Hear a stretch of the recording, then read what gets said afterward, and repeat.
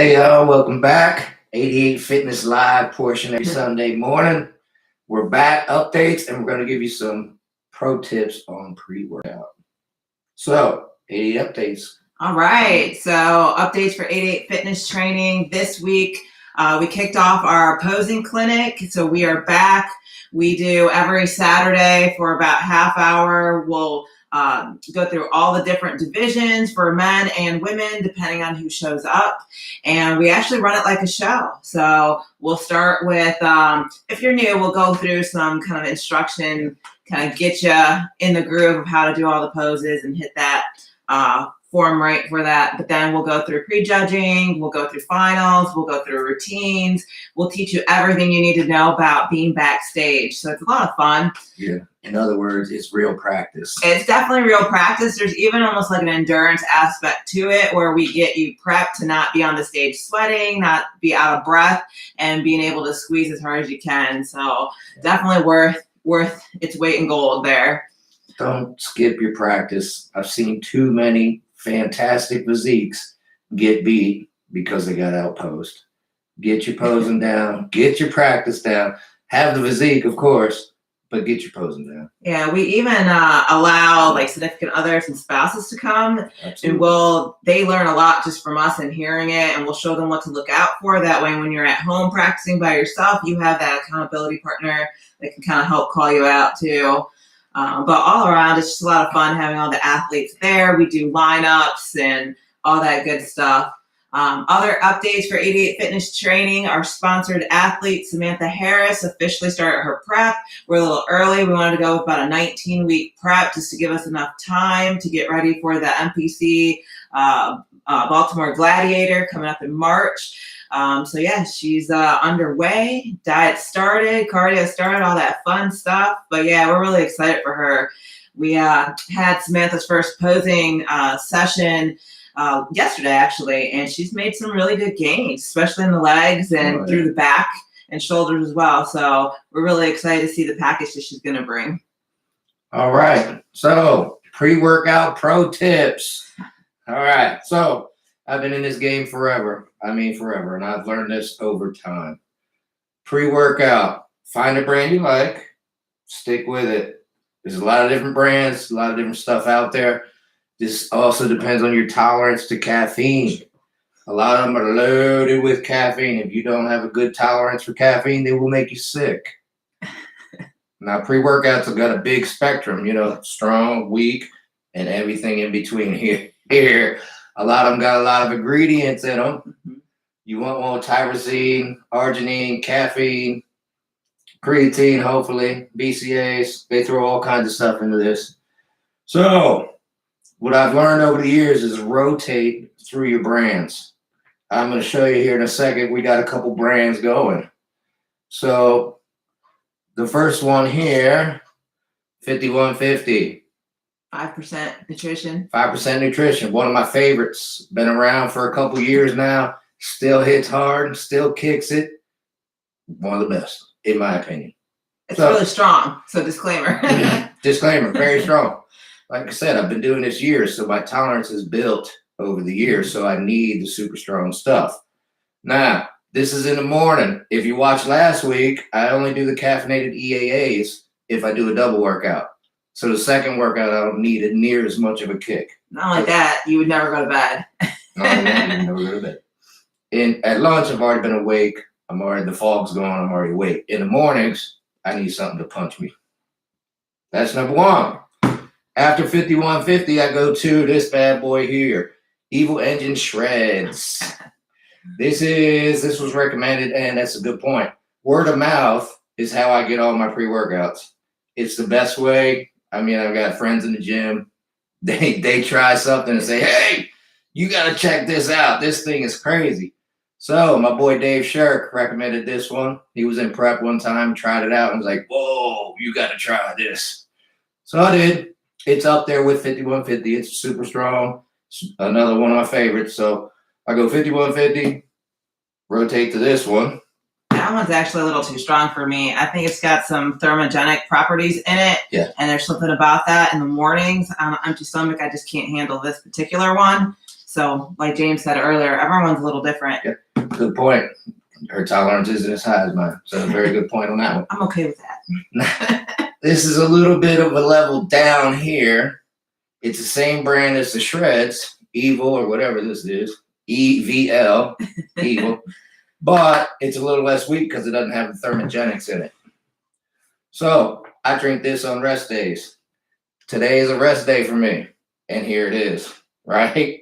I don't drink coffee. So I'm sipping on this to wake up in the mornings, get myself going. This is my coffee. I don't have to put sugar in this, cream in this, anything, any empty calories. That's why I don't drink coffee. So 5150 Evil Engine Shreds, and then a little bit weaker, we go to this one here. All right. So even weaker than that is Camille's Oh my God. pre-workout. There's nothing wrong with this. Listen, if my tolerance was lower, I would use this stuff. But I've been doing this too long. I've been taking it too long. My tolerance is very high. I mean, most of the times I can go out to the gym with no pre-workout and hit it, but when I'm doing like leg day, the fury. So I don't take this one anymore. I tried it a few times. It's not strong enough for me. Camille, you want to say anything about the Animal Fury? No, I mean, it's just nice and smooth. Like, you definitely get a burst of energy, but it comes on and then it gradually dissipates. So it's not one of those things where you have that like instant crash where you're dragging a few hours later. So I like that. The taste is pretty good. They have different flavors, so whatever your preference is. And it definitely doesn't make me nauseous. So that's good. Yeah. All right. And the last one we have here is old school. No explode. I mean, old school. So, I mean, this might even go back to the 90s. I took No Explode for years. I mean, probably 10 years.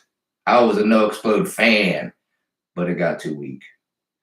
It's not strong enough for me anymore. If I take it these days, it's like drinking water. It does nothing for me. Camille takes this one, but she doesn't like the taste. So it's been around for a long time. It's probably going to be around for a long time because I'm not going to drink it. She's not going to drink it. Now, let me back up. When we go on vacation, I will drink this. I don't need a super kick in the morning for my workout because usually I'm not working out on vacation. So instead of coffee, I'll hit the No Explode. Word of caution on this one. If you put it in a shaker and you shake it, be careful with your lid. It'll pop the lid off. Yep. There is a warning that says don't shake it. Stir it. Yes. If you're you not shake kidding. this thing, it builds up pressure. Good point. I forgot about that. If you put it in a shaker, it's going to build pressure. When you pop the lid, you're going to get some explosion If you're having trouble waking up, go for it. Yeah. It's not no explode because it will explode if you put it in your shaker. Oh, so if I do go on vacation, I don't have pre-workout. When we went on our honeymoon, I didn't have pre-workout. I will drink coffee then. I have to load it up with sugar and cream because I hate the taste of coffee. But after a week of not using it and coming back, then I can use No Explode for a couple of days. So because you touched on that, pre-workouts, just like anything, at some point you need to take almost like a break from it, almost like a dietary break, just like weights, you kind of have a deload weight. So if you've been doing these pre-workouts for a long time and then you go on vacation, try not taking them. And then when you come back, they're going to hit even harder. Yeah, very good point. It's caffeine, so you grow a tolerance to it. So if you take a break from it, your tolerance goes back down. You don't need near as much. It'll go right back up pretty quickly. Like after 3 days, I'm done with No Explode because I need something stronger. But for 3 days, I could take it after not doing pre-workout for a week. Back to word of mouth, my boy Terrence Hill gives me all kinds of tips. The dude should do a supplement review because I think he tries every single one that comes out.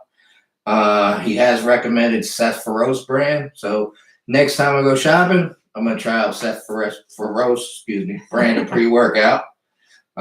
Keep you updated. I'll let you know if it's any good or not.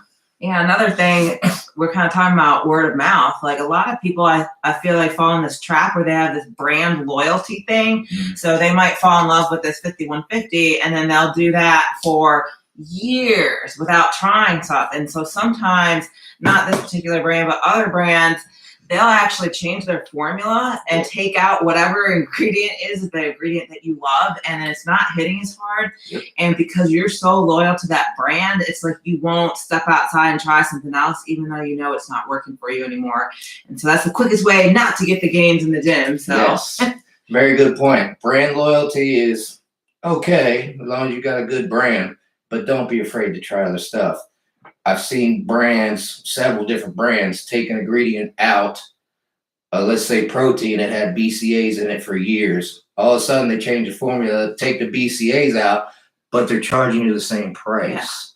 Yeah. So they have essentially made their product cheaper, but they're still charging you the same price. So they're trying to up their profit margins, and you're not getting as good as a product, but you're still paying the same price. So keep an eye out. That's a good point. I mean, you're definitely going to want to read the nutrition facts every time you buy the bottle. Don't just assume it's the same. Yep. And then for some of our athletes too that are competing in like OCB and those natural leagues, definitely read these ingredients and compare it back, because sometimes there's banned substances in there. Yep. Not Not that they're illegal or anything like that, but for those particular leagues, they're banned substances, so you want to be careful. Definitely read the labels. Good, very good point. If you're a natural athlete and you're going to compete in the natural world, definitely read the labels and check the ban list, because they will put stuff in the pre-workouts that are banned from the IOC.